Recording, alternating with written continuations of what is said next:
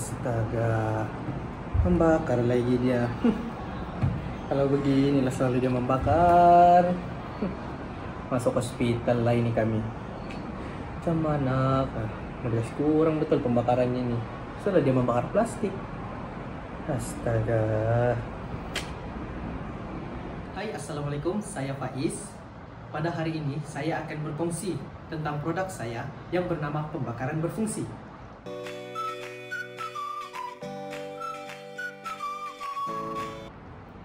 Oke, ini adalah prototipe saya yang bernama pembakaran berfungsi. Bagaimanakah ia berfungsi?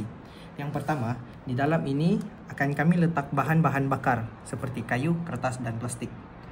Di samping itu, di sini mempunyai kipas besi. Di belakang kipas besi mempunyai dynamo. Ini dia kipas besi. Lepas kipas besi itu berpusing bersama dynamo, di sini ada penyimpanan kuasa. Penyimpanan kuasa kami akan kumpul. Apabila kami ingin menggunakannya, kami akan guna dia di mentol. Ini adalah mentol kami. Dan bagaimana jika ada asap hitam? Jika ada asap hitam, kami akan menggunakan filter. Ini adalah filter untuk menapis asap-asap hitam yang terbakar daripada plastik. Lepas filter, kami akan tutup dengan corong.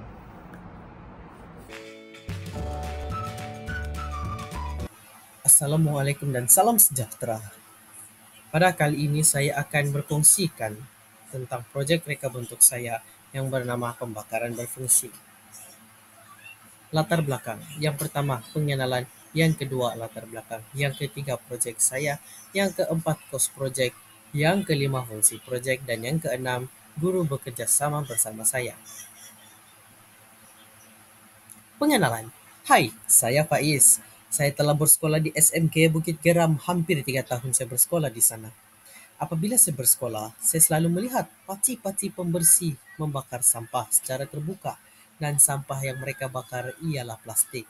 Jadi, saya beridea untuk membina suatu benda yang bernama pembakaran berfungsi. Dan ini adalah latar belakang saya. Saya seorang pelajar yang bernama Faiz Keriis dan bersekolah di SMK Bukit Garam. Bagi guru bimbingan saya ialah Teachers GC. Mari masuk bahagian projek saya. Ini adalah lakaran, gambaran dari depan dan gambaran dari atas. Dan bahan-bahan yang diperlukan untuk membuat projek saya adalah 6 bahan.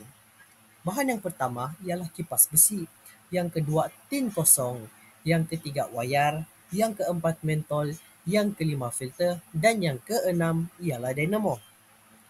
Bagi bahan kos projek saya,